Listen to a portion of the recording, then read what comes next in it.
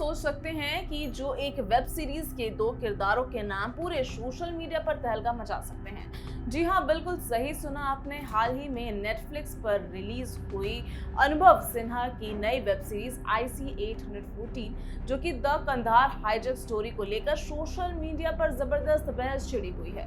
दिसंबर 1999 में Indian airlines की flight 814 के अपहरण पर आधारित या इस सीरीज में दो अपहरणकर्ताओं के नाम बदलकर भोला और शंकर रखे गए हैं, जिसने जनता के एक बड़े हिस्से में गुस्सा खड़ा कर दिया है।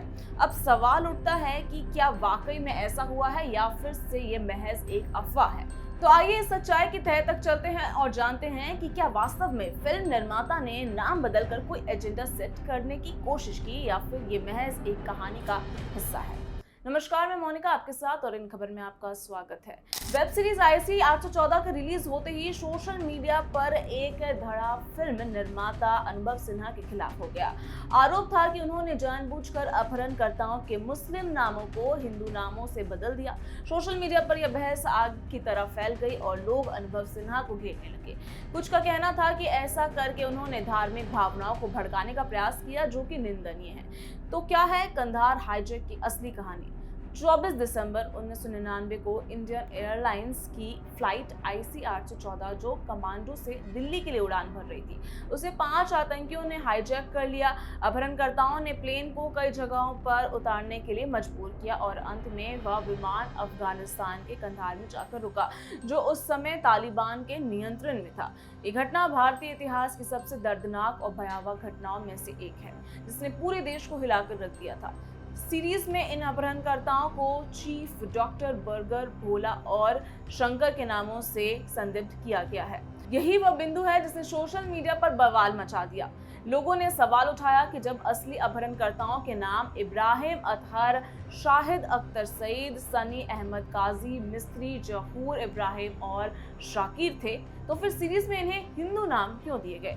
अगर आप सच्चाई जानने के लिए बेताब हैं तो ये जान लें कि ये हिंदू नाम अपहरणकर्ताओं द्वारा खुद के लिए रखे गए कोड नेम थे, जिन्हें उन्होंने अपहरण के दौरान इस्तेमाल किया था।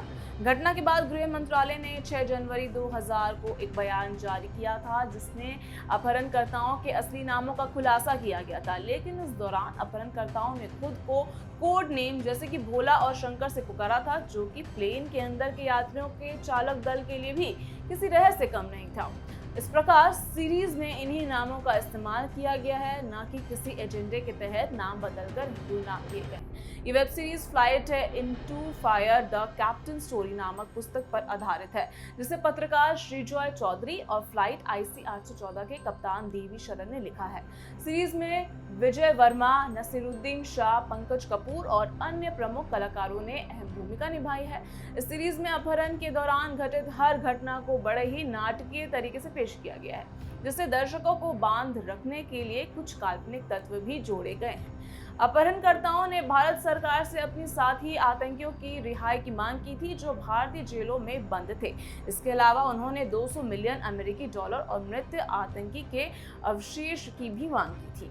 5 दिन चले इस तनावपूर्ण घटनाक्रम के बाद भारतीय सरकार ने 3 हाई प्रोफाइल आतंकियों को रिहा करने का फैसला किया। तत्कालीन विदेश मंत्री जसवंत सिंह उन आतंकियों को लेकर खुद विशेष विमान से कंधार गए थे। अब आप समझ गए होंगे कि IC 814 the Kandahar hijack story के हिंदू नामों पर विवाद क्यों उठ खड़ा हुआ है। लेकिन सच्चाई ये है कि ये नाम अपहरणकर्ताओं द्वारा खुद के लिए रखे गए कोड नेम थे, न कि फिल्म निर्माता द्वारा जानबूझकर दिए गए हिंदू नाम। ये विवाद एक तरह से सच्चाई और अफवाह के बीच की खाई को उजागर करता है।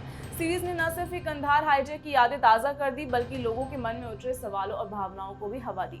इसे देखते हुए जरूरी है कि हम तथ्यों को सही तरीके से समझें और किसी भी तरह के विवाद से पहले सच्चाई की तह तक पहुंचे।